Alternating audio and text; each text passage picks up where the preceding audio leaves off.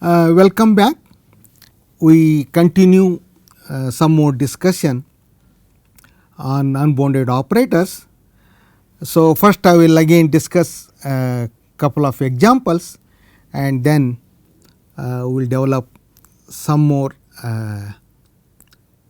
operator theory. Okay. So last time we saw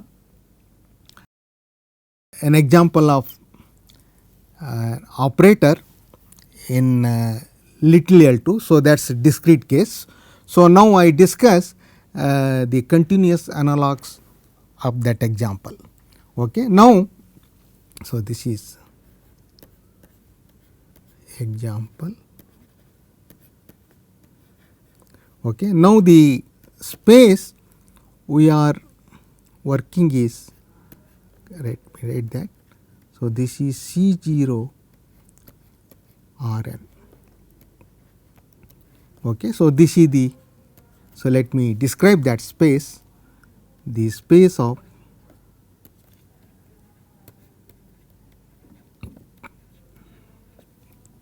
all continuous functions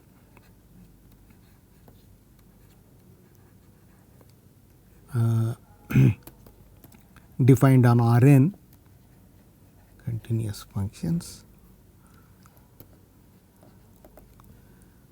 either real valued or complex valued. So, that I will not repeat that. So, defined on Rn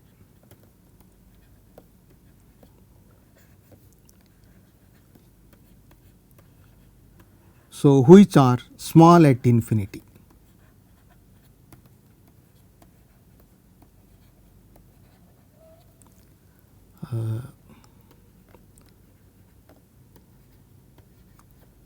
Small at infinity.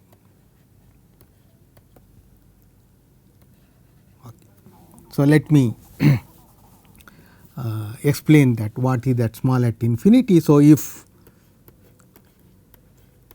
f belongs to x, then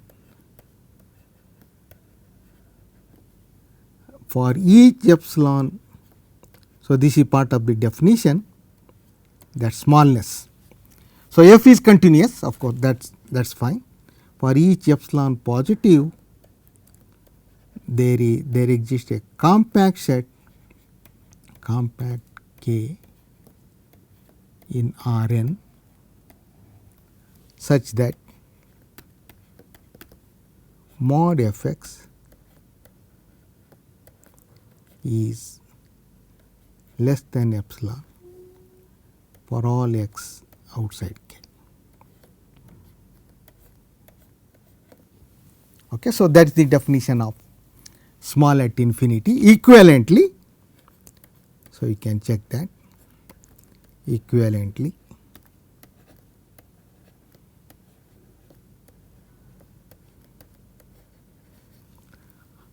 for each epsilon positive, the set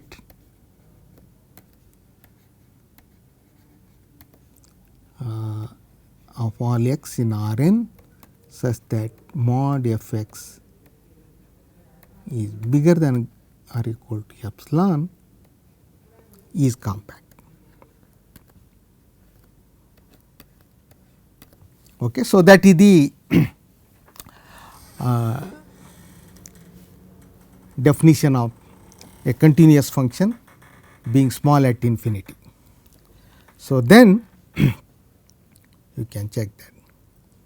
Certainly, f in x is bounded. So, we can x, then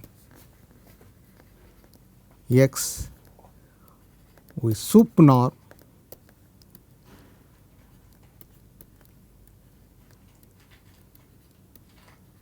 becomes a Banach space.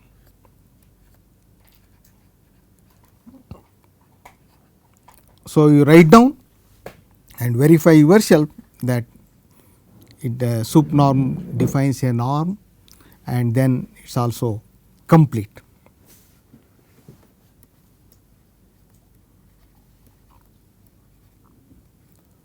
Okay. So, in this way you will recall all your knowledge in functional analysis, especially the operator theory. In fact, this is an interesting exercise. In fact,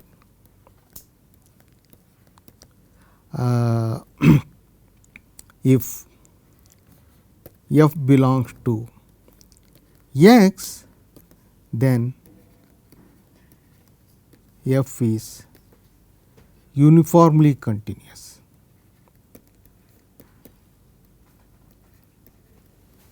And of course bounded. So that's how this sup norm. Okay. So on this space, now we are going to define one multiplier operator. Multiplier operators are important. They naturally arise in the following context. So differential operators get converted into multiplier operators via Fourier transform. So these multiplier operators are quite important. Okay. Now define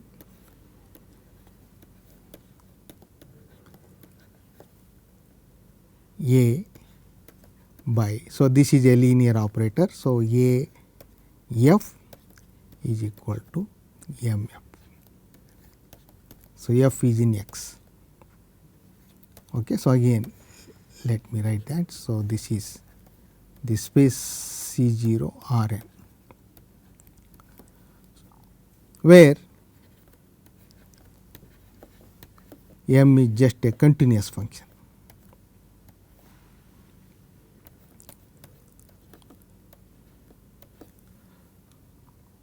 So as such, this function mf, the multiplication of these two functions, need not be in x. Okay. So that naturally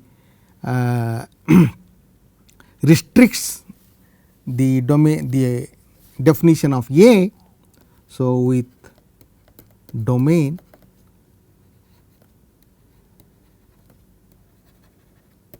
let me call it dA. So this is set of all f in x such that mf is also in x.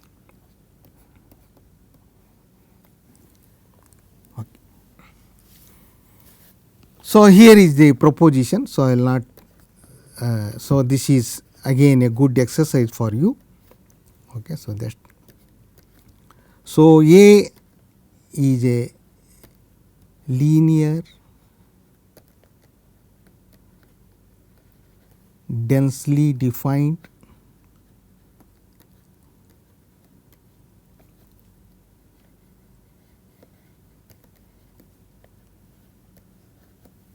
closed operator in x.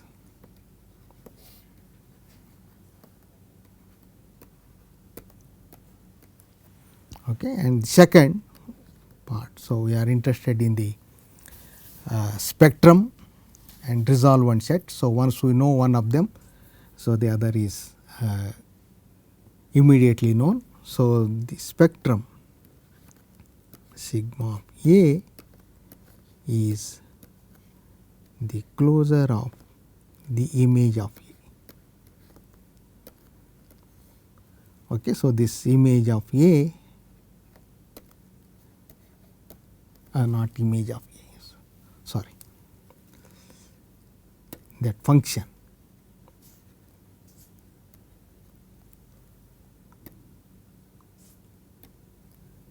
image of m. Let me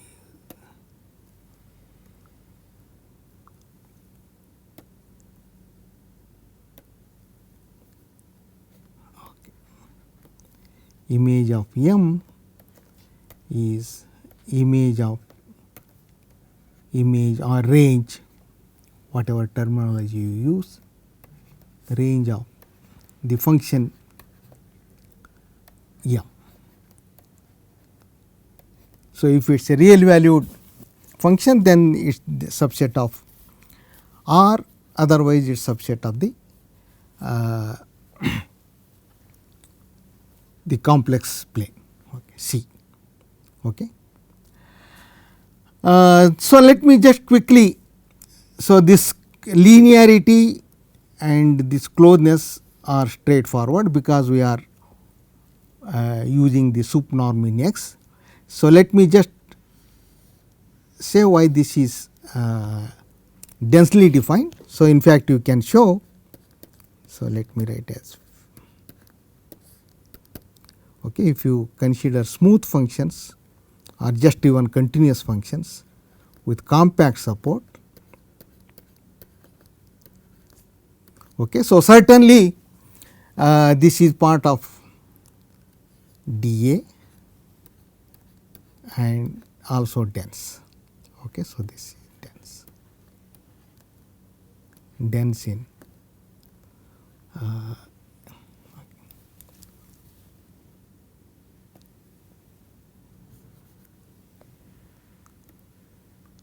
so densely defined means the dA has to be dense in this space, okay, and C infinity C is dense in X. So this is again a simple exercise. So work out all these things. Okay, so you are also reviewing your knowledge in functional analysis and even in real analysis. Okay, and of course this needs more work, but you can just work out. Okay, so in particular, if M is bounded, you see that A is bounded. Okay, so this, let me just say that A is bounded if and only if M is bounded.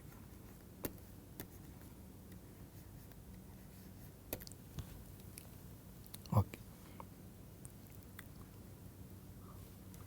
So one more example, but now in LP.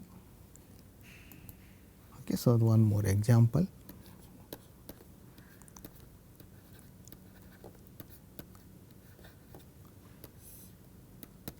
So now this time I take LPRN. So Rn of course you can replace by any open set, but again the range of P is important. So that infinity, even in the previous first part of this course we saw that P equal to infinity needs to be handled separately, okay, because of non-separability of L infinity. Okay. And now I take, so let Q be any measurable function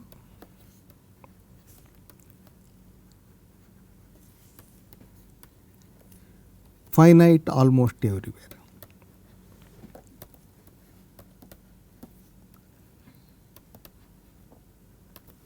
Okay. And again you define AF equal to QF, and since we are assuming Q only a measurable function, this QF may not be in X. So that makes us to consider this domain. So this is domain F in X such that QF is also in X. Okay. So again the same property. So let me just quickly say that. So A is a linear densely defined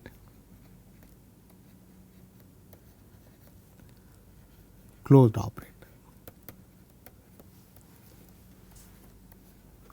So in order to prove closedness of this operator, now you need to use the convergence theorems from the Lebesgue integration theory. Okay. And now, so just so let me just sigma of A. See, in the previous case, that is continuous case. So, this operator, so let me just recall that. Okay. So, it was closure of the image of the multiplier function. Okay. And now, this q is only a measurable function. So, as such it is defined almost everywhere, and we cannot really talk of its image. Okay. So, but there is a notion called the essential range of such a function. So, let me just write that. So, I will explain what that is. So, this is essential range of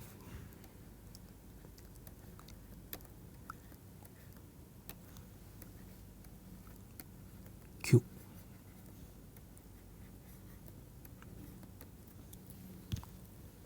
Okay. So, again that third one I just so this A is bounded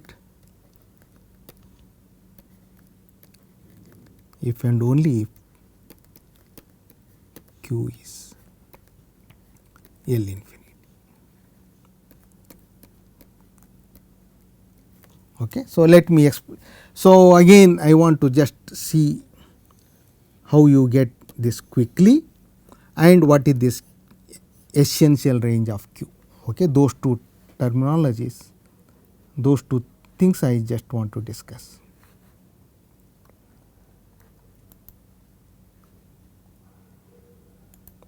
Okay. So, how do you see the density of, okay, so that quickly y dA is dense in X. So, we cannot just take continuous functions with compact support, because Q is again an arbitrary measurable function. So, that need not be bounded at all. Okay. But since it is finite almost everywhere, we can see this y dA is dense. So, put E n set of all x in R n, or if you are considering any open set, you just take that one, Q x is less than or equal to n. Okay. And then your R n, no, let me not use n here. So, let me just do n. Okay. Okay. So, E k, that is a better choice, and R n is union of this E k.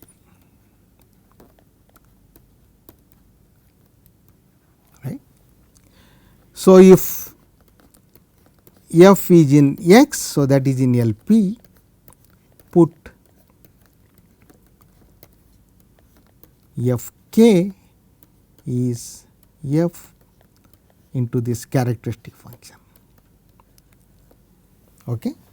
And that belongs to, because now Q is bounded on E k. So, this belongs to dA. Okay. And f k converges to f in X. Okay. So, that is how you prove that. So, that implies dA is dense in X. Okay. So, that is the one explanation, and now we define what is the essential range of Q.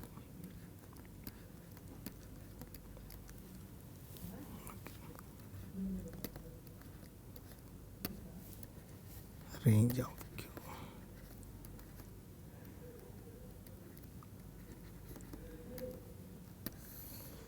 Okay, so this, let me first define that. So this is a set of all lambda in C such that this measure of this set, so let me write that E lambda epsilon is positive for all epsilon positive. So where this E lambda epsilon in the set of all x in Rn such that Qx minus lambda is less than epsilon.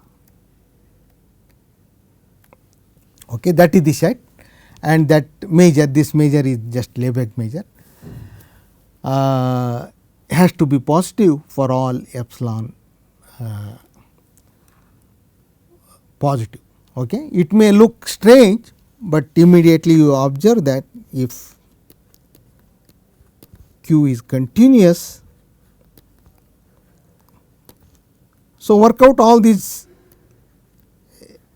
exercises or gaps, then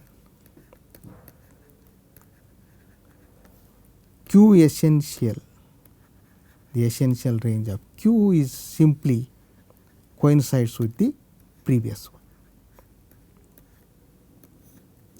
Okay, so this is always closed in C. Okay. So for discontinuous functions, we do see a different thing. So let me just so for Q, okay, so you define Q of x equal to 1 for all x not 0 and Q 0 is 0. Okay, so this is, we say that's 1 almost everywhere, right. So here the Q essential is simply 1. So 0 is not counted. So essentially it is just 1. Okay. And if you take Q heaviside function in again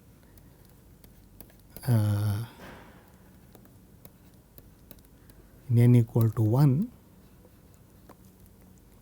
So this is 1 for x positive and 0 for x negative, then check this, Q essential is the closed interval 0 1. Okay. It is not just 0 and 1. Okay. So the for discontinuous functions, one need to be careful about that essential range. Okay. So with 2 examples, now we just continue our discussion on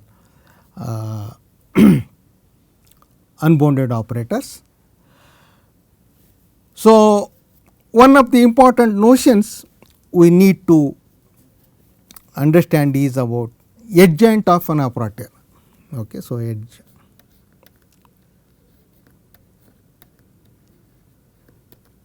So in the bounded case, this is very easy to define and understand, adjoint of an operator. But now we are dealing with unbounded operators. So it is important to describe the domain of that operator. So it is always that operator comes with the domain of definition. Okay. So though this can be described in general Banach spaces, but let me just restrict this discussion to Hilbert spaces. So now we are working with Hilbert space, and our applications are only in Hilbert spaces. But it is possible to use define this in a general Banach space, but then for that you require the dual space and then etc. Okay. So, Hilbert space H. Okay. So, let A, again let me write that dA in H into H linear.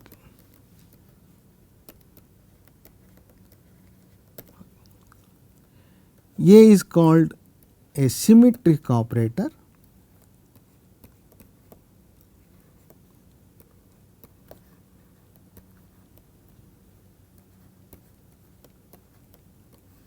if Ax, so this is the inner product in H, okay, so this is x A y for all x y in dA.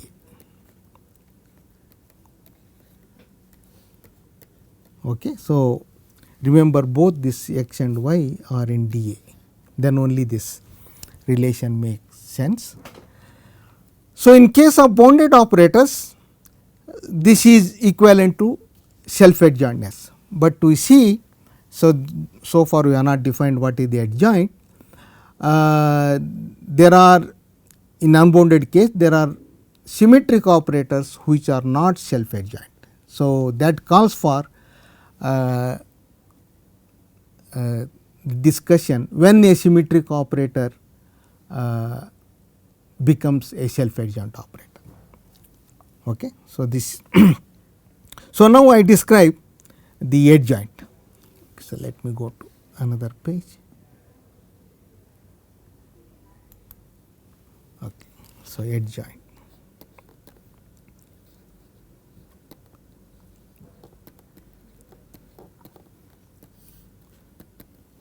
So, let y in H be fixed for the time being, okay, and consider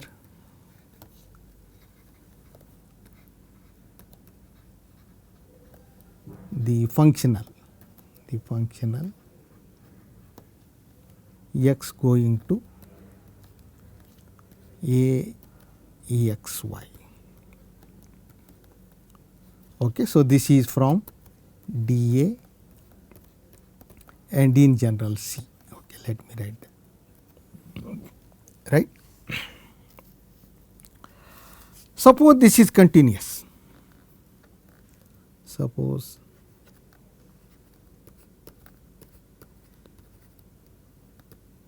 this is certainly linear. So, linearity comes from the inner product and also of the operator A. Suppose this mapping is continuous.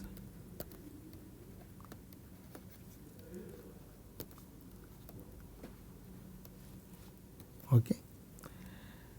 Then by Hahn-Banach theorem, so this is only defined on dA, then by Hahn-Banach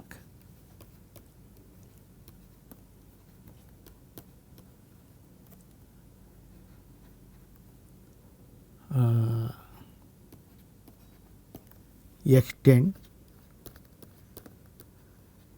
these to whole of H as a continuous.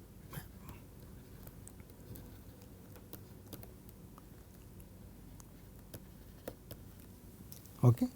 And then by re-representation theorem, because now we are in Hilbert space, by re-representation theorem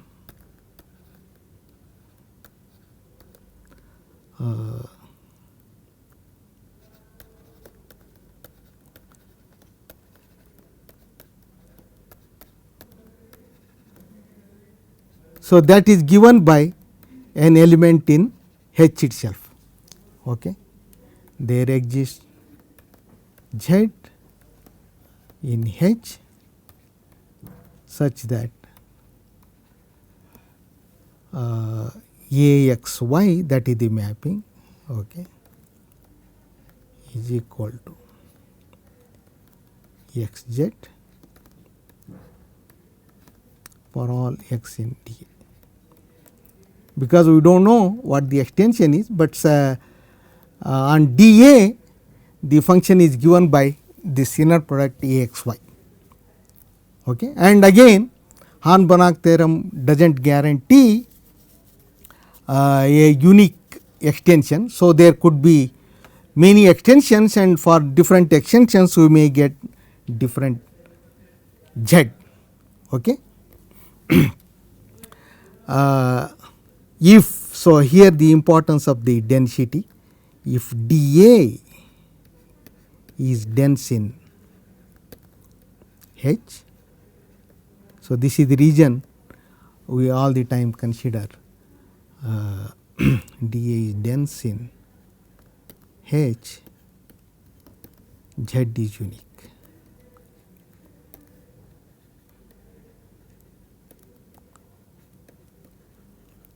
Okay, this is important. Okay. And that Z we write this as A star Y. Okay. So, thus we have defined. Okay. So, definition now. A star is the adjoint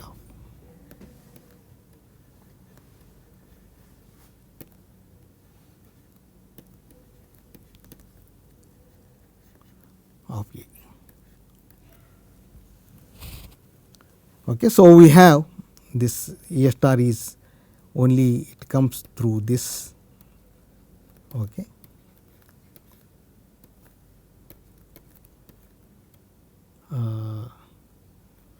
X A star Y. Okay. So, for all x in dA and y is in dA star. So, dA star also we have now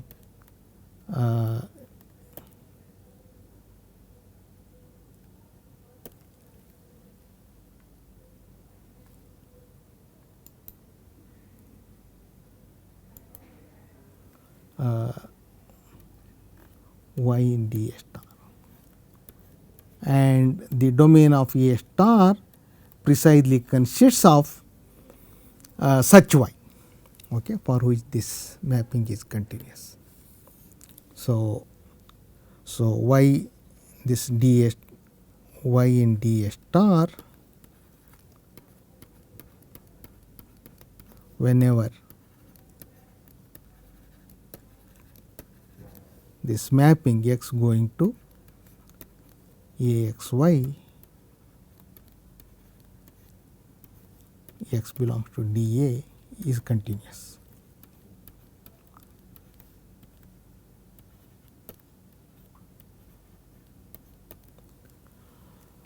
So, we will continue this discussion in the next class.